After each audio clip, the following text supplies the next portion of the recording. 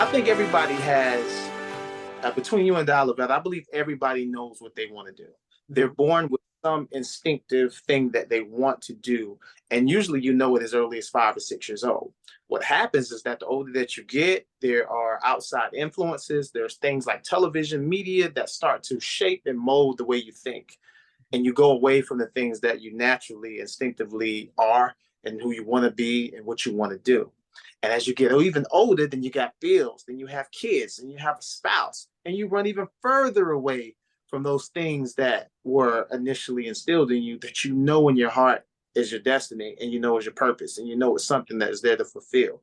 The problem is all the distractions start to come around, and then we start to, by the time we look up, we're so far off the shore that we become discouraged and disappointed. And now we're soaking, and now we're depressed, and we don't want to deal with it. We don't want to do it, but we got to tackle that, and we got to make our way back to the shore.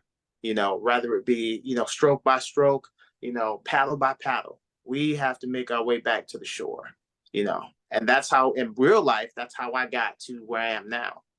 I stopped the distractions. I stopped the influences, outside influences, and I had to dig deep and think about what is it that I really want to do, and how did I get even where I'm at, where I'm thinking about what it is that I want to do.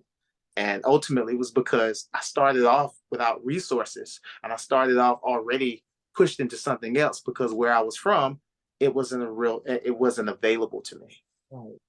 I think both of us kind of landed where we are because we stopped and went back to what we first loved.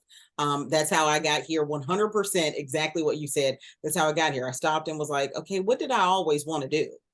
Okay, Mm. well, then let's go ahead and do it. And I feel like that works for anybody who's searching for their path. What's the one thing that ignites you in the morning? What's the one thing you're really thinking like, if nothing was an obstacle, like I had nothing in front of me, what would I really want to do? And if you start taking steps in that direction, you'd be surprised how doors open for you. Now, granted, sometimes you're going to have to knock a couple times, but the door will open for you. And sometimes you have to take a little training, take a little class, do a little research to figure out the best path. But it is available. All you got to do is set your course. And I think that a lot of people, if they would do, like you say, write the vision, make it plain, that's a Habakkuk 2:2. I know that one. If a lot of people would go and do that, it wouldn't be such a thing and where people would be, hey, I don't know where things are going. I'm not quite sure about life.